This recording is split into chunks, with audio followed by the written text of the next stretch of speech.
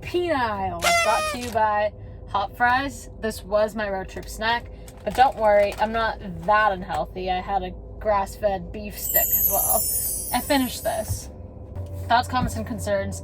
I really like this. From the start, I just knew it was going to be hilarious, and I was right. It was hilarious.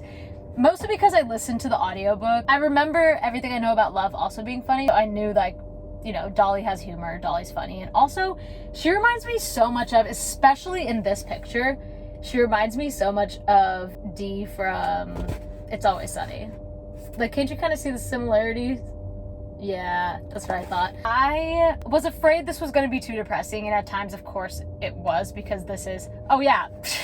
If you don't know what this book is about, it's about a guy in his 30s going through a breakup, and it's told from his perspective.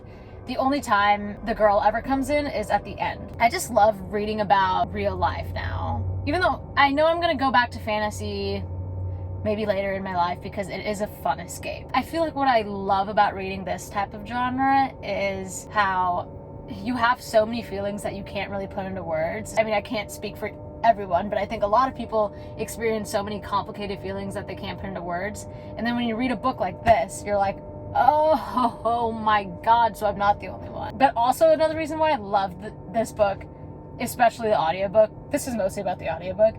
If any of you guys have seen Dairy Girls, okay, first of all, Dairy Girls, great show. I want to rewatch it. It's so fucking funny. It's one of those shows that's kind of like Ted Lasso, where it's hilarious, but it's also heartfelt. But to bring up Dairy Girls, they have like this thick Irish accent, and the audiobook was the same way. Like, they had the same thick ass accent, and it made the book funnier because and then, like, knowing that that's how the audiobook is, I would have that accent in my head. If you want to feel like you're reading a 30-year-old man's diary, then you just came to the right place. I read one person's Goodreads review where it's like, she rated this book 1 star because it's like, why would I ever sign up to be inside of a 35-year-old's man's mind? And then I was like, oof, yeah, that sounds terrible. Also, I didn't really give much backstory, but like, he's also, Andy, who's the main guy in this book going through the breakup, is an aspiring comedian, so that's also why it makes it funny, because,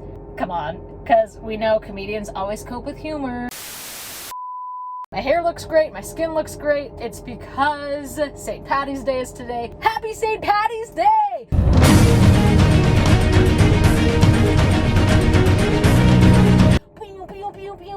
This was my background in Zoom today. Let me just say, I was the only person on today's call that was festive and said Happy St. Patty's Day. No one else said Happy St. Patty's Day. Clearly people don't care as much as I do. I just think it's a really fun holiday to celebrate, and you don't need to be, you know, a certain religion to celebrate it, so that's why I think it's a beautiful holiday. Oh my god, I should write a book.